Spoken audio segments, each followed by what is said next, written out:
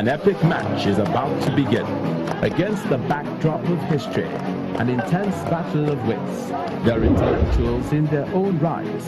And when this is over, the fight for the state's highest office won't be the same.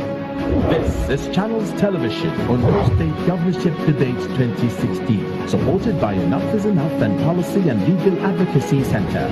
And tonight, here is a great chance for voters to compare these candidates side by side. The stage is now set for an intense clash. If you thought it would be easy, then you haven't seen anything yet. Brace up, everyone. We are live from Akure, the largest city in the southwestern state of Ondo and the seat of power. Ladies and gentlemen, welcome to the Ondo State Governorship Debate 2016. Moderating, Agunloye.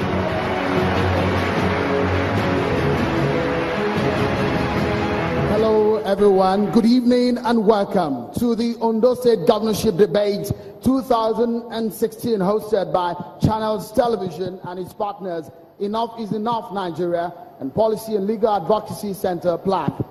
We are live from the ancient city of Akure, the capital of Ondo State, as it's just few days to election day and the people of the state will decide who will be their next governor. History beckons.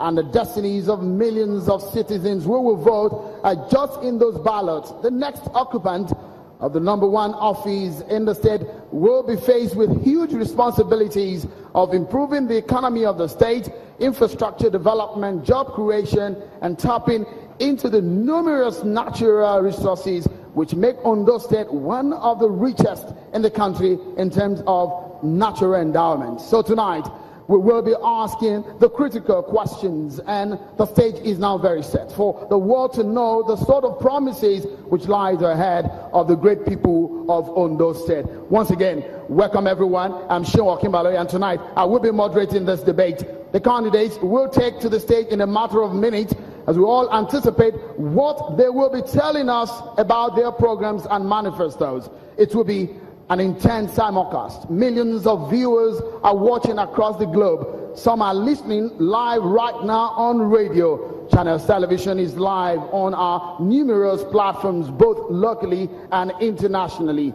Numerous media organizations locally are hooked onto these live telecasts. We're live right now on our website. It is at channelstv.com, and on the go, it is m.channelstv.com. You can also go to Facebook on our Facebook page, and you can watch, comment, and participate in a community of online viewers on Facebook Live. On Twitter, yes, you can participate at Channels TV, and the hashtag is #OndoDecides. As we strive for engagement on democratic values and citizen participation in governance, we at Channels Television are collaborating with organizations who share our values. One of the reasons we are partnering in this debate with Enough is Enough and Policy and Legal Advocacy Center PLAC. Please welcome everyone on the stage, the Executive Director of Enough is Enough, Yemi Adamolekun.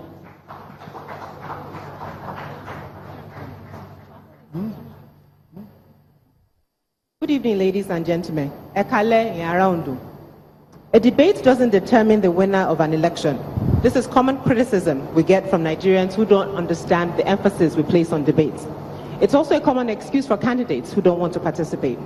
And this is not just about Nigeria, as we've seen in the recently concluded elections in the US. The winner of most of the debates wasn't the winner of the elections. However, this does not negate our belief in the fact that it is important to have debates to continue the conversation as part of our democratic process. As citizens have the opportunity to listen to candidates, discuss the issues that are important to them. Nigeria has had an interesting history with debates, with the first televised debate between MKO Abiola and Bashir Tofa. Most people thought MKO Abiola won that debate, and he went on to win the June 12 election. The second most talked about debate will be the presidential debate in 2011 between Mr. Buhari, Mr. Ribadu, and Mr. Shekarau. At the last minute, Mr. Jonathan had declined to participate. Mr. Shekarau was the breakout candidate of that evening, as a lot of Nigerians had never heard of him, and he seems to have clear plans of what he would do as president of Nigeria. In 2015, Mr. Buhari refused to debate, and there was no presidential debate between the two main parties APC, and PDP. Nevertheless, across the country, there were governorship debates in Plateau, Rivers, Lagos, Oyo, and Bayelsa, and the main candidates participated. It is gratifying to see the tradition of debates continue in Ondo. In 2012, under the Nigerian Elections Debate Group, Mr. Olusegun Mimiko of the Labour Party, Mr. Olushola Oke of PDP, and Mr. Rotimi Akeredolu of ACN participated in a debate series that featured all INEC-approved candidates. This evening, 2 of the 3 candidates will be back on this stage. It is significant that they are confident of their plans for the people of Ondo State to subject themselves to the rigors required of a debate. Most politicians enjoy rallies because the conversation is one-sided. They make claims and promises, and none of them can be immediately challenged. However, as an indigene of this state, I must say we have been very disappointed by the response of the state government to our request to use state assets to increase access to the debate. Neither channels, PLAC, nor EIE have a direct stake in who becomes the governor of Ondo State. Our indirect stake, as it is with all Nigerians, is that we want a state that works for its citizens. As such, we are not involved in the politics that have embroiled the political parties, especially PDP, which is still in court. INEC has stated that Mr. Ibrahim is the PDP candidate for the elections on Saturday, unless overturned by the Supreme Court this week. We cannot be held responsible for that decision. We can only abide by it. We were denied the use of the dome. In addition, OSRC and Orange FM declined airing the debate. These are state assets and not the personal property of any individual. Therefore, it shouldn't matter who or who isn't on the stage. Ondo people should have the opportunity to freely listen to the people offering their services as the next governor of the state. And there's a lesson here for all of us.